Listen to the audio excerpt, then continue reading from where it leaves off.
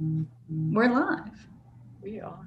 We are? Oh, mine says setting up meeting to YouTube Live. Yep. Okay. We should be. I'm seeing nothing but a white screen here. There we go. There.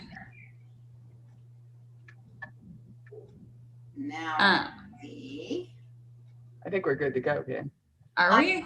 Yeah. I keep trying to find it. Meeting is now streaming live on YouTube. I'm frozen. So sorry, everyone, if this is confusing, but I have a frozen screen. Oh, that's no good. That's no good. All right, if I will just not worry about it. If you are. Oh, there we are. We're good. Yep. Okay. So assuming that we are live and that people can see us, hello. Yes, I can tell you, I cannot see myself. So this is, now I can. That was very strange. Okay, everyone. Hello. I just had to trust you that I was here. That's right. I'm Rita Sabasco, and I'm with Rooted in Language, and I am joined by two of my colleagues today. Would you like to introduce yourselves? I'm Tracy Molitorres. And I am Claire Baker. Right. We wanted to take a few minutes today to talk about grammar matters. And that includes why grammar matters and what we offer in terms of grammar and what's important about the class that's coming up, right?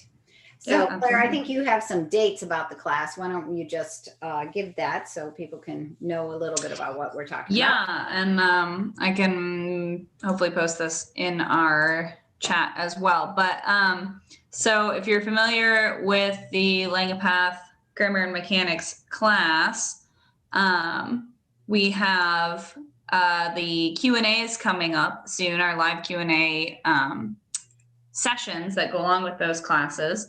And they are happening on February 11th and 12th. It's spread over 2 days because grammar usually results in a lot of questions and a lot of content that gets dived into. I was good grammar. I need more grammar, it turns out, more grammar instruction. But usually there's a lot to dive into when it comes to grammar, and that this class is definitely a good example of that. So that's why we have our Q&A kind of spread over 2 days for that. And so that's on the 11th and 12th. I was going to say grammar is unique in that it's good if we can talk about it in layers. And when we can say today's Q&A, we're really going to focus on these couple layers. And then tomorrow's Q&A, we're going to focus on the next layers. It really helps all of us go from foundation to all the stories that build on top of that foundation, which kind of leads us to why do we even really need to be teaching grammar? I mean, clearly most of our kids use a language system that has a structure, and they seem to have often, many of them, there are kids who struggle in this area, but many of them seem to have coherent language. They understand in a listening, speaking realm about language. And so why are we really bogging them down, right? It feels like, we're in the weeds here. We're really bogging them down in grammar. And I think it's an interesting question to pose. One point being, do we want to bog them down in grammar? Right? Does it have to be? Does it have to be I'm bogged down in it? Claire's shaking her head no. Nope. I sort of automatically feel. Yeah, Tracy loves grammar, so she's saying, yes, let's get down in the weeds. And Claire's going, no. Grammar by nature, though, I mean, I feel like, right, having kind of a sort of adverse relationship with grammar at different times, but it's sort of boggy, downy by nature. And so when you can find ways to teach it that make it functional, right, that make it something that it becomes applicable, it can become like, oh, I actually understand what we're talking about and why we're talking about it, right? Like why, is it just about identifying something, or, is it about application, right? Right. Just to interrupt shortly, Claire, I'm sorry. But the idea of being functional, people might not understand what we mean by that. That exactly what you said, that it is about how you use it. It is about how you take it in, not about learning the parts of speech and just having this isolated knowledge. It's more about application of the knowledge. That's how we approach it. It's not that we don't get to all the other things and the names of stuff, but it's how do we use it and why. Right. So anyway, take it away, Claire. Sorry. No, you're good. So I think that's one thing we really want to emphasize. At Rooted in Language, what we're about is bringing you the best strategies for all kids, all kinds of learners, whether they're gifted, typical, or struggling learners. We are looking at what are the best teaching practices. What is it kids really need to know and understand? How do they need to use it? And how are we going to get it to its most functional application, right? That's our goal. So our goal is not to make anyone a grammarian, right? My goal is not that a student can say to me, I know that's this part of speech. That's not my goal. My goal is, how did they learn about grammar and what was its use? How did it advance their learning? How does it help their editing, right? And how does it build into their comprehension? And their expression. And their expression, possibly their verbal expression as well. We forgive grammatical structures a little bit in verbal expression.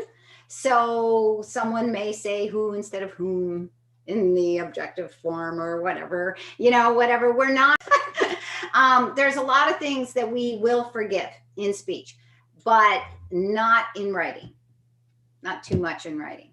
And so, and we can't ignore grammar in reading. You want to talk about that a little bit, Claire? One of those points I brought up there? Yeah, you brought up several points. I did. Jump in on one of them. Oh, it's Boggy Downy. No, it's good. No, I was thinking about, while you were talking about that, I was thinking about grammar and just this idea that sort of that forgiving or being able to edit and being able to what we might define as correct, right? Or acceptable language in whether spoken or written or all of its forms. And that if you're thinking like, okay, maybe that isn't a big goal of mine as an educator, maybe it's just not top priority of this sort of correct or acceptable language. But the thing that grammar also does is it just in general expands our ability to language, our ability to use language in general. So even if it's, it's certainly understanding grammatical structures and how they work definitely helps from an editing standpoint, but it also helps from a growing standpoint, right? That you can build something more complex and then, in a writing format. And you can similarly, as Rita was alluding to, you can also take in things that are more complex, right? So reading and listening.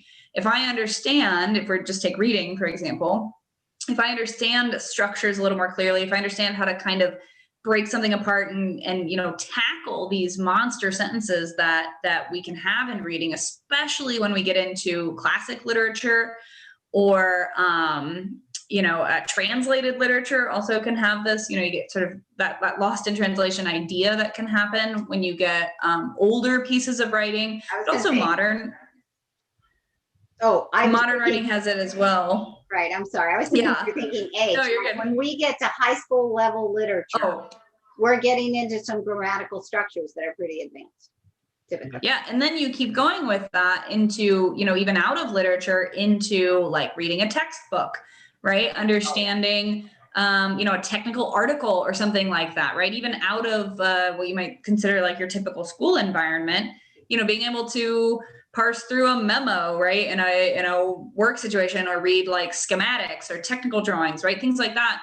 There's obviously industry jargon that you would have to know from a vocabulary standpoint, depending on what you're, learning about or working on or whatever it is, but also just the underlying sort of, with the ubiquitous, grammar is everywhere. Its usage is everywhere. And so the better understanding, the deeper understanding we have of it in general is going to be constantly applicable no matter what specific area, whether it's, literature or engineering or math and science, wherever we are, that underlying communication structure that is grammar becomes pivotal. Right.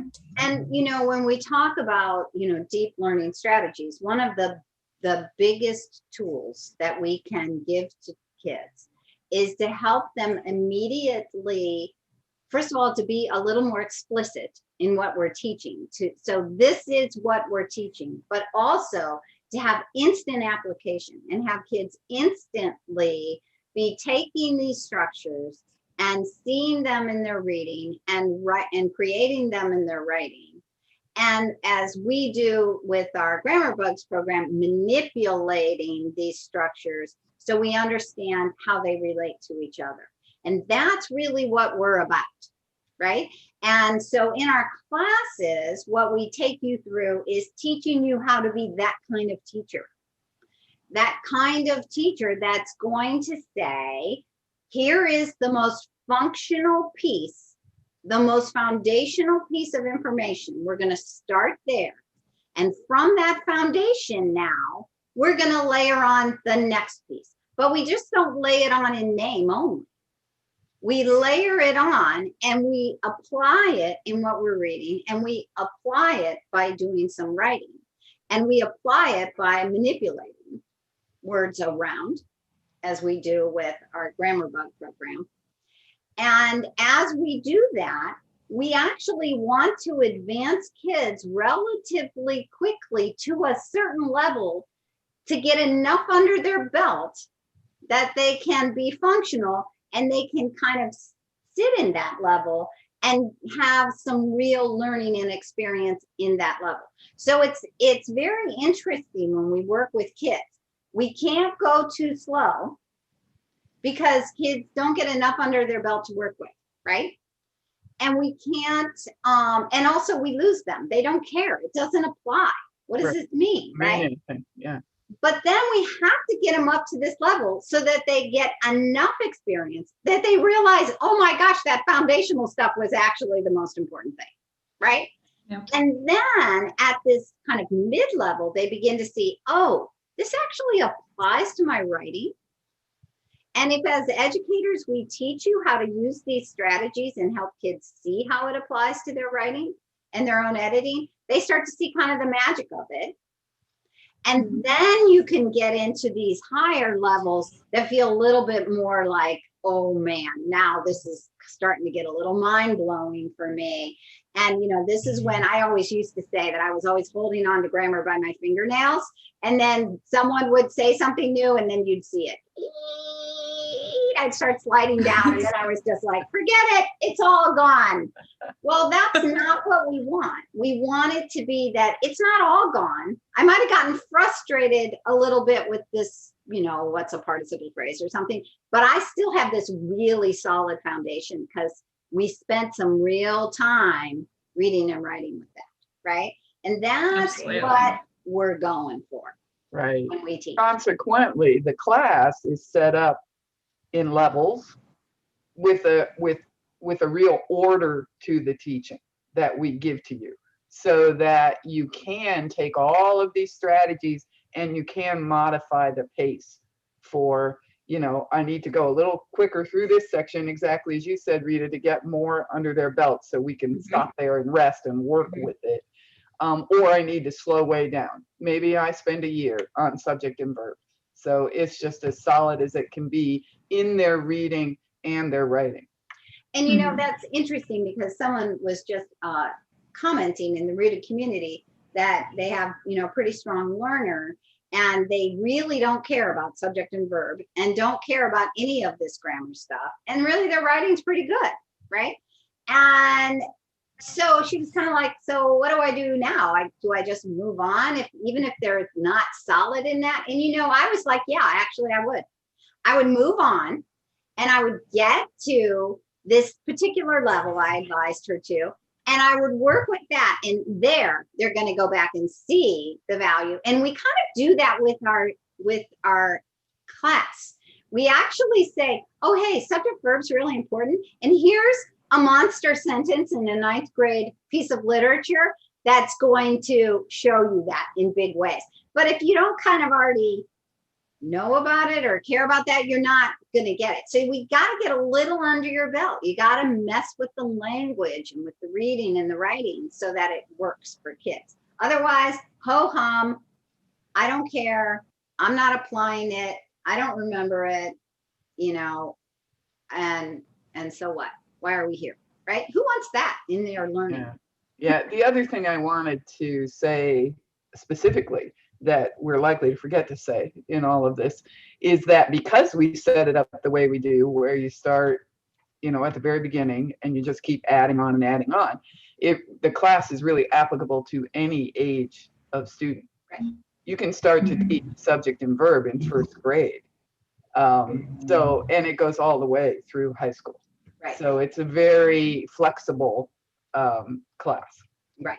And when we talk about starting the beginning, we mean the beginning of what is functional, not the beginning of what is typical for grammar, right? What is typical for grammar is actually not very functional. And whenever I have tried to teach students from that direction or support students who are learning it that way in their classroom, it's until I take them to how it is functional. It's why I teach this way, right? Because kids weren't learning it the traditional way. They just really aren't learning it. I mean, some of them are good at memorizing it and so on, but they really aren't embracing it, getting it, putting it in their writing, you know, it's not helping them in their reading. But when you go to this functional methodology, then you can really see, yeah, now this is what's working. So when we talk foundational, we're talking the foundation of function, right? Right? Yeah, absolutely. Not your typical. And yeah. And go ahead, Claire. No, go ahead. No. I gotta say, you know, I think one of the questions we get, and maybe you would like to help address this, is if people have grammar bugs, what does the class do beyond what our grammar bugs program does? Yeah, sure. Not where I was thinking, but yeah. Oh, okay. You didn't think I would throw that one out? No, you're fine. Yeah, and yeah, because Rita, you had said kind of earlier that the grammar bugs program is really the manipulative side of things, which, you know, we are also all about being multisensory and multimodal and having that manipulative side of what you're learning, really getting, you know, pen to paper and moving things around and seeing how things function, which is very, very important. But is also not the entire picture, you know, especially when it comes to grammar, which is a very complex area of learning, that the class really is that sort of next, I won't say step, it's like the next 18 steps, like down into really diving into understanding, you know, not just how, you know, to kind of manipulate or move structures and see them in this sort of metaphorical way that the bugs represent, but to start to understand that next depth, that next piece of being able to apply it to sort of any piece of literature, to any piece of, you know, reading that you're coming from, to turn around and apply it to your own students' writing, to start to wrap your own mind as an educator, right, around what it is that's being taught, and more importantly, why it's being taught in the manner it's being taught in. Yes. So it's also kind of that perspective shift, like you were saying, you know, we do kind of flip it on its head a little bit, that we starting, you know, from this perspective of function, and that really gets expressed very, very clearly in the class and continues to be supported and taught explicitly through the class. And it's also supported by our Grammar Bugs program, but in that space, it's not as sort of in your face as it is in the class. I think in the program, I mean, a program is a program, right? It tells you this is what you need to teach, and here are the materials for you to use, right? What the classes do is we say a lot of this is why we teach it. Here's some stories about kids that we work with in situations where we realized why it needs to be taught this way. Here's some student samples. Here's us modeling the teaching, right? And how can we equip you to be the problem solver who can take that program and this philosophy and say, oh, for this student, I need to move in this pace. And in this student, I need to actually slow this down. And if I need to slow it down, why and how, right? So you're never going to have a program that is custom made for every child. It's impossible, right? A program is information plus materials. A class for educators is, let's really equip you in your development as an educator in this particular area, which in this case is grammar and mechanics, right? Yeah. It's all about the focus on the strategy and how it gets applied to your particular, teaching situation, right? And teaching you how to learn to respond, right, in the right way. Also going to let you as an educator deal with any literature level that gets put in front of you. It's all well and good, and I think we've all had the experience of taking some little grammar thing where you have some prescribed sentences and you have to find this and that and the other thing, and you're successful. And then you go out in the real world and you go to read something and you're like, I don't know what that is. I don't know what it's doing in this sentence. And that is our whole approach. What's it doing in the sentence? Right. And so that approach, as you get more facile with it, lets you deal with whatever gets put in front of you and help your student through whatever is put in front of them. Right. It's actually getting you to think about your teaching and think about, what do you know about this subject? How comfortable are you yourself, right? And how would you apply it, no matter what sentence we put under your nose, right? And even if the answer is, and I say this all the time, again, of the three of us, I think Tracy would hesitate to define herself as a grammarian, and she's the closest that we have, because we're teachers, right? So what we care about is the teaching. So all of us come upon this, wow, why? I mean, I'll say to kids now and then, I know that needs a comma there. And I have to think about how I would explain to you why that comma needs to be there. That happens to me all the time.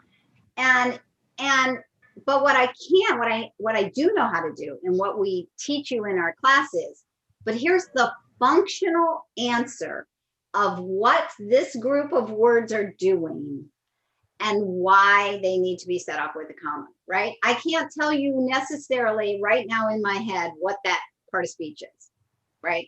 But I know what this phrase is doing for the rest of the sentence. And we want you as educators to feel empowered to have those kinds of conversations. And we want our students to know that. So some kids, I mean, I can tell you, I grew up this way, and I know Claire and I have had this conversation.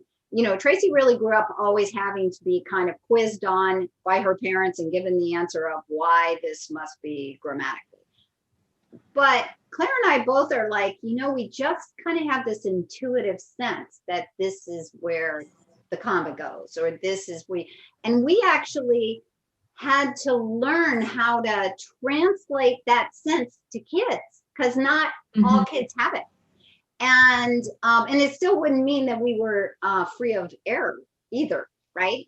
But not every child has this intuitive sense of how the language works. So part of what we're going for is building their intuitive sense. And that's how do you build intuition? If it's not natural, right, then you're building it through knowledge and experience. Right. Explicit teaching. Yeah. Right. Yeah. And also I wanted to mention, before we forget again, that the class is recorded. So, and it's presented in levels, so that makes it really nice with a subject as complicated as grammar, so that you can watch a level and stop and put some stuff into practice. You can watch another level and stop and put a little more into practice. And you can keep doing that. You can come back, rewatch, which helps a lot as an educator. Right. Yeah.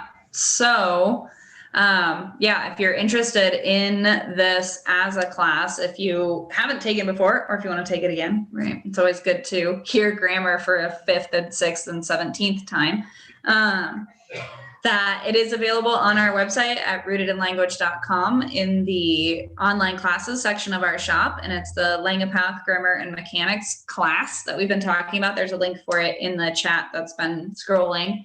And that is available all the time, right? Like Tracy said, it's a recording, so you can, access it at any point, watch it, rewatch it, whatever needs to happen.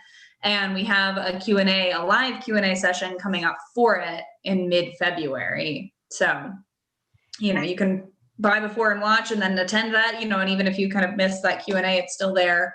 The class is still there to come to, and we always have more Q&As coming, right? And why do we do Q&As? Because that's good teaching for you, right? You have this opportunity to really absorb the material, to rewatch it if you need to know you can come back to it. Maybe you want to move on so you get the big picture, but you can come back to the parts you need to come back to.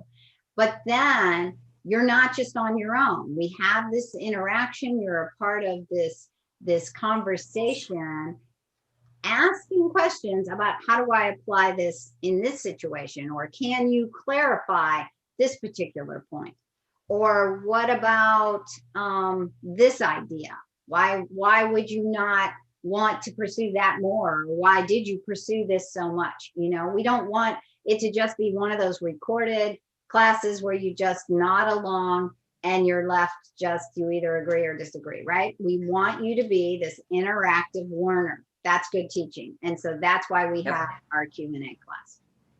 Okay? Awesome. Yeah, I think we're good. It's great to everybody who was able to join us live and kind of test out our first YouTube live experience. So we hope it was good on your end. Other than the fact my screen disappeared when I started it. I don't know why. It's always exciting. It did work. And so hopefully we see you in the live Q&As for the grammar mechanics class. Okay. Thanks, everybody.